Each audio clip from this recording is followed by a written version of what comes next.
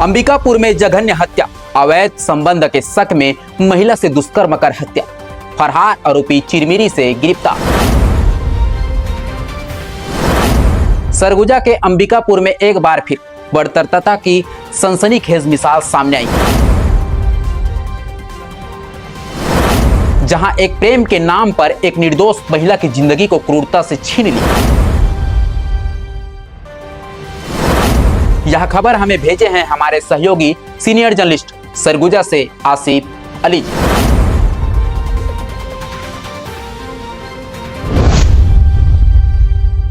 नमस्कार, जय जोहार, जय छत्तीसगढ़। मैं योगेश कुमार साहू और आप देख रहे हैं द छत्तीसगढ़। अंबिकापुर में महिला की जघन्य हत्या के मामले में पुलिस को बड़ी सफलता हाथ लगी। 3 अप्रैल की उस काली रात को सद्भावना चौक रिंग रोड स्थित एक झाला में खून से लथपथ पड़ी एक युवती का शव मिला था, जिसकी क्रूर हत्या ने पूरे क्षेत्र को झकझोर कर रख दिया था। अब पुलिस की त्वरित कार्रवाई से आरोपी को आखिरकार चिरमिरी से गिरफ्तार कर लिया गया है। पुलिस की प्रारंभिक जांच में चौंकाने वाला खुलासा हुआ कि हत्या की मुख्य वजह आरोपी को महिला के किसी अन्य व्यक्ति से अवैध संबंध होने का शक था।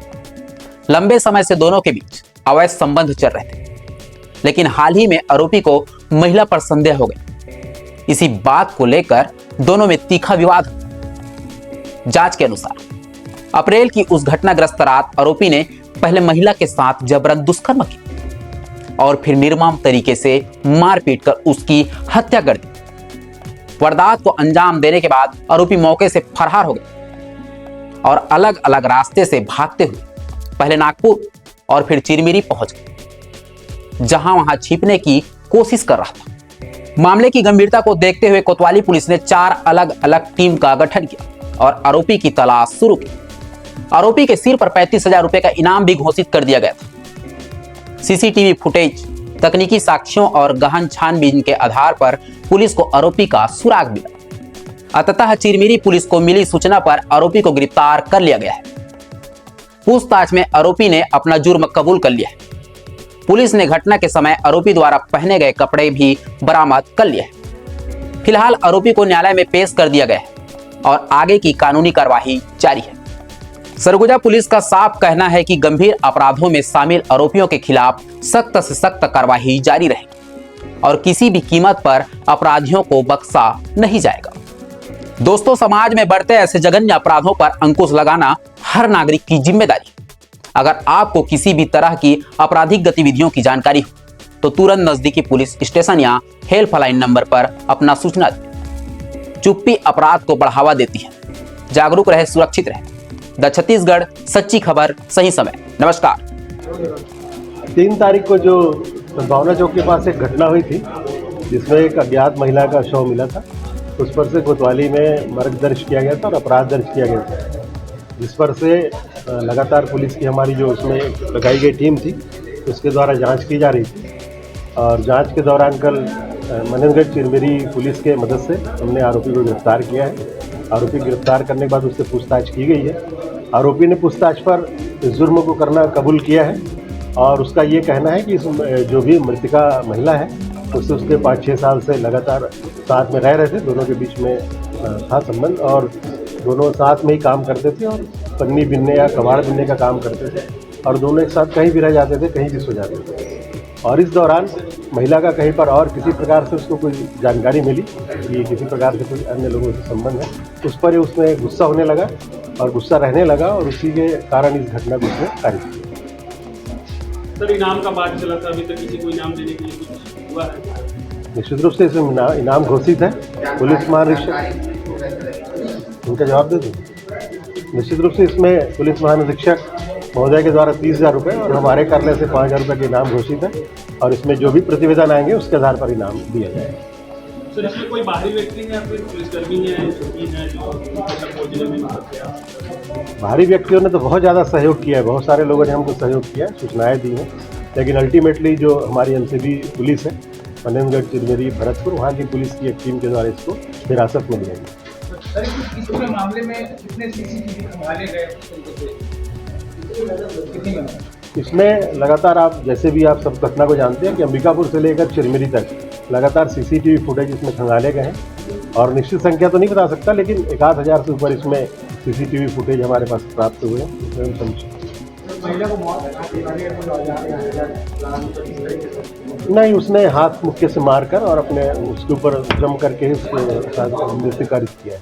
सर, आरोपी घटना को अंजाम देने के बाद किस तरीके से अंबिकापुर की वो यहाँ से निकलने के बाद सबसे पहले वो पीछे मंदिर की ओर गया, समलाया मंदिर की ओर, वहाँ से फिर वापस सद्भावना चौक आया और सद्भावना चौक से आने के बाद वो चांदनी चौक, बंगाली चौक होते हुए प्रतापपुर चौक पहुँचा। प्रतापपुर चौक से सीधे प्रतापपुर रोड में चला गया अंदर, और अंदर से क्रॉस करते हुए वो जो बनारस रोड है उसको क्रॉस करके अंदर से घूमते हुए रेलवे स्टेशन पहुँचा और रेलवे स्टेशन पहुँच के ट्रैक के माध्यम से वो कनकपुर, सिलसरी ऐसे होते हुए आगे वो विश्रामपुर तक पहुँचा और विश्रामपुर से ट्रेन बैठ के फिर वो अपना वहाँ नागपुर उतरा है।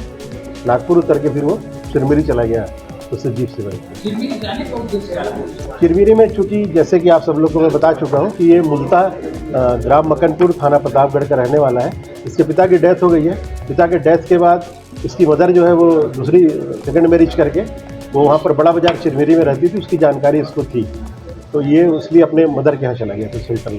और सर, ये जानना चाहूँगा मैं कि जैसा कि सरगुजा पुलिस को बधाई है कि इस दरिंदे को आप लोगों ने पकड़ा, मगर सर ऐसा कोई अपराध पुनरावृत्ति ना हो उसके लिए रोकने के लिए सरगुजा पुलिस क्या पहल करेगी? निश्चित रूप से इसमें बहुत सारे आप बधाई दी उसके लिए तो बहुत बहुत धन्यवाद आपका पहले तो, और निश्चित रूप से इस प्रकार की घटना बिल्कुल बहुत रेयर होता है और ये घटना ना हो उसके लिए हमारे पुलिस में जो भी प्रिवेंटिव है तो हम जरूर इसमें करेंगे। निश्चित रूप से बढ़ा ही दिए हैं और पहले भी पेट्रोलिंग होती रही है, घटना हुई है उसको हम स्वीकार करते हैं और उसको पकड़ लिया। जी,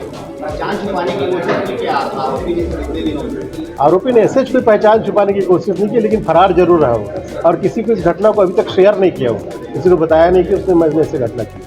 घटना के बाद से ही आरोपी ऐसा बताया जा रहा था कि विक्षिप्त है, ऐसा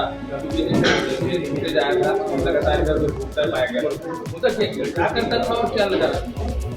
देखने में वैसा लगता है, लेकिन जब मैं उससे कल पूछताछ किया हूँ तो जो आरोपी है कहीं पर वो किसी प्रकार से कोई विक्षिप्त नहीं है, पूर्णतः स्वस्थ है वो, और ऐसा देखने में भले आपको लगा होगा लेकिन किसी प्रकार से वो ऐसा कोई नशे का आदि है।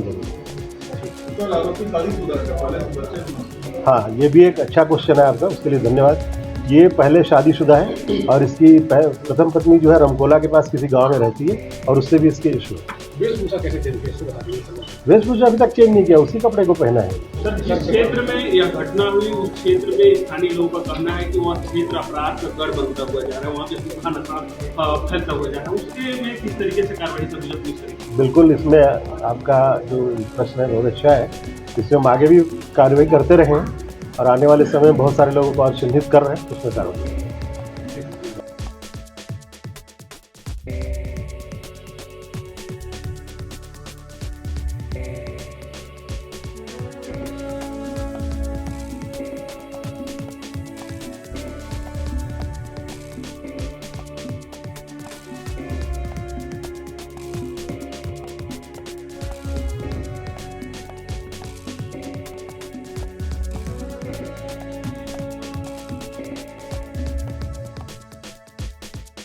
Okay.